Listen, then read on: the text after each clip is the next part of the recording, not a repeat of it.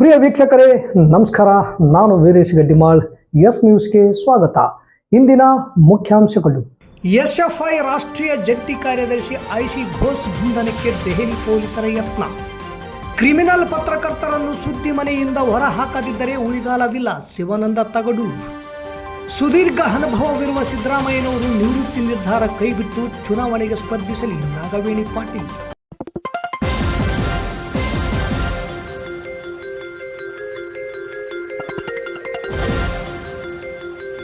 S news, ಇದು ನಿಮ್ಮ ಧ್ವನಿ. ವಾರ್ತೆಗಳ ವಿವರ. ಎಸ್ಎಫ್ಐ ಜಂಟಿ ಕಾರ್ಯದರ್ಶಿ ಹಾಗೂ ಜೆಎನ್ಯು ವಿದ್ಯಾರ್ಥಿ ಸಂಘದ ಮಾಜಿ ಅಧ್ಯಕ್ಷೆ ಐಸಿ ಘೋಷ್ ಅವರನ್ನು ಬಂಧಿಸಲು ದೆಹಲಿ ಪೊಲೀಸರು ಮುಂದಾಗಿದ್ದಾರೆ ಎಂಬ ಆರೋಪ ಕೇಳಿ ಬಂದಿದೆ. ಐಸಿ ಘೋಷ್ ಅವರನ್ನು ಬಂಧಿಸುವ ಉದ್ದೇಶದಿಂದ ದೆಹಲಿಯ ಎಕೆಜಿ ಭವನಕ್ಕೆ ಪೊಲೀಸರು ಆಗಮಿಸಿದ್ದು, ಈ ಬೆಳವಣಿಗೆ ರಾಜಕೀಯ ವಲಯದಲ್ಲಿ ತೀವ್ರ ಚರ್ಚೆಗೆ ಕಾರಣವಾಗಿದೆ. ಮಹಿಳಾ ಪೊಲೀಸರನ್ನು ಒಳಗೊಂಡ ಪೊಲೀಸ್ ತಂಡವು ಎಕೆಜಿ ಭವನಕ್ಕೆ ಆಗಮಿಸಿದೆ. ಪೊಲೀಸರು ಖಾಸಗಿ ವಾಹನದಲ್ಲಿ ಸಮವಸ್ತ್ರವಿಲ್ಲದೆ ಬಂದಿದ್ದರು ಎಂದು ವರದಿಯಾಗಿದೆ. ಐಸಿ ಘೋಷ್ ಅವರನ್ನು ಹಲವು ವರ್ಷಗಳ ಹಿಂದಿನ ಪ್ರಕರಣವೊಂದಕ್ಕೆ ಸಂಬಂಧಿಸಿದಂತೆ ಬಂಧಿಸಬೇಕಿದೆ ಎಂದು ಪೊಲೀಸರು ತಿಳಿಸಿದ್ದರು. ಬಂಧನಕ್ಕೆ ಸಂಬಂಧಿಸಿದ ಅಧಿಕೃತ ದಾಖಲೆಗಳನ್ನು ಹಾಜರುಪಡಿಸದ ಹಿನ್ನೆಲೆಯಲ್ಲಿ ತಕ್ಷಣ ಬಂಧಿಸಲು ಸಾಧ್ಯವಿಲ್ಲ ಎಂದು ಸಿಪಿಐಎಂ ನಾಯಕರು ತಿಳಿಸಿದ್ದಾರೆ. ಎಂಎ ಬೇಬಿ ಜಾನ್ ಬ್ರಿಟ್ವಾಸ್ ಎಕೆಜಿ ಭವನಕ್ಕೆ ಐಸಿ ಘೋಷ್ ಬಂಧನದ ಸುದ್ದಿ ತಿಳಿಯುತ್ತಿದ್ದಂತೆ ಸಿಪಿಐಎಂ ಪ್ರಧಾನ ಕಾರ್ಯದರ್ಶಿ ಎಂಎ ಬೇಬಿ ಮತ್ತು ರಾಜ್ಯಸಭಾ ಸದಸ್ಯ ಜಾನ್ ಬ್ರಿಟ್ವಾಸ್ ಸೇರಿದಂತೆ ಪಕ್ಷದ ನಾಯಕರು ಎಕೆಜಿ ಭವನಕ್ಕೆ ಆಗಮಿಸಿ ಬಂಧನಕ್ಕೆ ಸಂಬಂಧಿಸಿದಂತೆ ಪೊಲೀಸರು ಸೂಕ್ತ ದಾಖಲೆಗಳನ್ನು ನೀಡಬೇಕು ಎಂದು ಒತ್ತಾಯಿಸಿದ್ದಾರೆ ಎಂದು ತಿಳಿದು ಬಂದಿದೆ. ಜಂತರ್ ಮಂತರ್ನಲ್ಲಿ ನಡೆದ ವಿದ್ಯಾರ್ಥಿ ಪ್ರತಿಭಟನೆಯಲ್ಲಿ ಪಾಲ್ಗೊಂಡವರ ವಿರುದ್ಧ ಯಾವುದೇ ಪ್ರತೀಕಾರ ಕ್ರಮ ಕೈಗೊಳ್ಳುವುದಿಲ್ಲ ಎಂದು ಕೇಂದ್ರ ಸರ್ಕಾರ ಹೇಳಿದ್ದ ಹಿನ್ನೆಲೆಯಲ್ಲಿ ಇದೀಗ ಐಸಿ ಘೋಷ್ ವಿರುದ್ಧದ ಪೊಲೀಸ್ ಕ್ರಮ ಹಲವು ಪ್ರಶ್ನೆಗಳನ್ನು ಹುಟ್ಟುಹಾಕಿದೆ. ಪ್ರತಿಭಟನೆಯಲ್ಲಿ ಭಾಗವಹಿಸಿದವರನ್ನು ಈ ಹಿಂದೆ ದಾಖಲಾದ ಪ್ರಕರಣಗಳ ನೆಪದಲ್ಲಿ ಬಂಧಿಸುವ ಮೂಲಕ ಪ್ರತೀಕಾರ ಕ್ರಮ ಕೈಗೊಳ್ಳಲಾಗುತ್ತಿದೆ ಎಂಬ ಆರೋಪವನ್ನು ಎಡಪಕ್ಷಗಳು ಹಾಗೂ ವಿದ್ಯಾರ್ಥಿ ಸಂಘಟನೆಗಳು ಮುಂದಿಟ್ಟಿವೆ. ಜುಲೈನಲ್ಲಿ ದೆಹಲಿಯಲ್ಲಿ ನಡೆದ ವಿದ್ಯಾರ್ಥಿ ಯುವಜನ ಪ್ರತಿಭಟನೆಗಳಲ್ಲಿ ಐಸಿ ಘೋಷ್ ಪ್ರಮುಖವಾಗಿ ಭಾಗವಹಿಸಿದ್ದರು. ಎಸ್ಎಫ್ಐ ನಾಯಕರು ಜಂತರ್ ಮಂತರ್ನಲ್ಲಿ ಪ್ರತಿಭಟನೆ ಹಾಗೂ ಉಪವಾಸ ಸತ್ಯಾಗ್ರಹದಲ್ಲೂ ಪಾಲ್ಗೊಂಡಿದ್ದರು. ಶಿಕ್ಷಣ ಕ್ಷೇತ್ರದ ಸಮಸ್ಯೆಗಳು, ಪರೀಕ್ಷಾ ಅಕ್ರಮಗಳು ಮತ್ತು ಕೇಂದ್ರ ಶಿಕ್ಷಣ ಸಚಿವ ಧರ್ಮೇಂದ್ರ ಪ್ರಧಾನ್ ಅವರ ರಾಜೀನಾಮೆ ಸೇರಿದಂತೆ ವಿವಿಧ ಬೇಡಿಕೆಗಳನ್ನು ಮುಂದಿಟ್ಟುಕೊಂಡು ಪ್ರತಿಭಟನೆ ನಡೆದಿತ್ತು.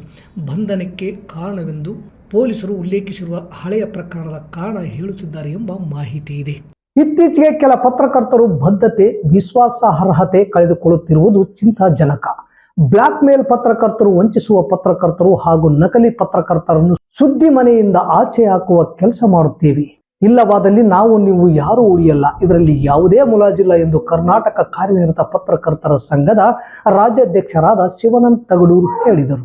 ರಾಯಚೂರು ನಗರದ ಪಂಡಿತ್ ಸಿದ್ದರಾಮ ಜಂಬಲ್ದಿನ್ನಿ ರಂಗಮಂದಿರದಲ್ಲಿ ಕರ್ನಾಟಕ ಕಾರ್ಯನಿರತ ಪತ್ರಕರ್ತರ ಸಂಘ ಜಿಲ್ಲಾ ಘಟಕ, ರಾಯಚೂರು ರಿಪೋರ್ಟರ್ಸ್ ಗಿಲ್ಡ್ ಹಾಗೂ ವಾರ್ತಾ ಮತ್ತು ಸಾರ್ವಜನಿಕ ಸಂಪರ್ಕ ಇಲಾಖೆ ಸಹಯೋಗದಲ್ಲಿ ಮಂಗಳವಾರ ಹಮ್ಮಿಕೊಂಡಿದ್ದ ಜಿಲ್ಲಾ ಮಟ್ಟದ ಪತ್ರಿಕಾ ದಿನಾಚರಣೆ ಮತ್ತು ವಾರ್ಷಿಕ ಪ್ರಶಸ್ತಿ ಪ್ರದಾನ ಸಮಾರಂಭವನ್ನು ಉದ್ದೇಶಿಸಿ ಮಾತನಾಡಿದರು. ಪತ್ರಕರ್ತ ವೃತ್ತಿ ಗೌರವ ಹೆಚ್ಚಿಸುವಂತೆ ಕೆಲಸ ಮಾಡಿ, ಸುಳ್ಳು ಹೇಳುವ ಕ್ರಿಮಿನಲ್ ಪತ್ರಕರ್ತರು, ಆರ್ಟಿಐ ಪತ್ರಕರ್ತರು ಸುದ್ದಿ ಮನೆಗೆ ಅಗತ್ಯವಿಲ್ಲ. ನೋವಿಗೆ ಸ್ಪಂದಿಸುವ, ಹೃದಯಕ್ಕೆ ಹತ್ತಿರವಾಗುವಂತೆ ಕೆಲಸ ಮಾಡುವವರೇ ಪತ್ರಕರ್ತರು ಮತ್ತು ಪತ್ರಿಕೋದ್ಯಮ ವ್ಯವಸ್ಥೆಯಲ್ಲಿನ ಲೋಪಗಳಿಗೆ ಕನ್ನಡಿ ಹಿಡಿಯುವಂತೆ ಕೆಲಸ ಮಾಡಬೇಕು. ಬರೀ ಹೇಳಿಕೆಗಳನ್ನು ಕೇಳುವುದು ಪತ್ರಕರ್ತರ ಕೆಲಸವಲ್ಲ.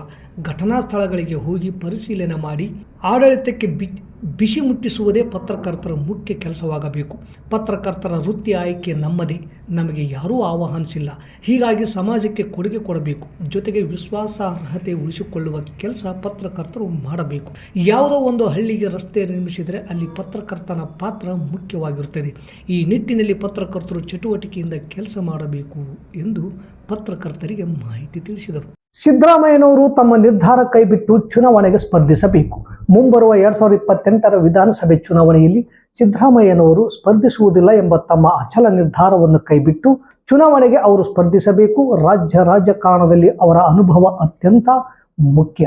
ಜೊತೆಗೆ ವಿಧಾನಸಭೆಗೆ ಅವರು ಅನಿವಾರ್ಯ ಎಂದು ಕೆಪಿಸಿಸಿ ರಾಜ್ಯ ಮಹಿಳಾ ಪ್ರಧಾನ ಕಾರ್ಯದರ್ಶಿ ಡಾಕ್ಟರ್ ನಾಗವೇಣಿ ಎಸ್ ಪಾಟೀಲ್ ಅಭಿಪ್ರಾಯಪಟ್ಟಿದ್ದಾರೆ.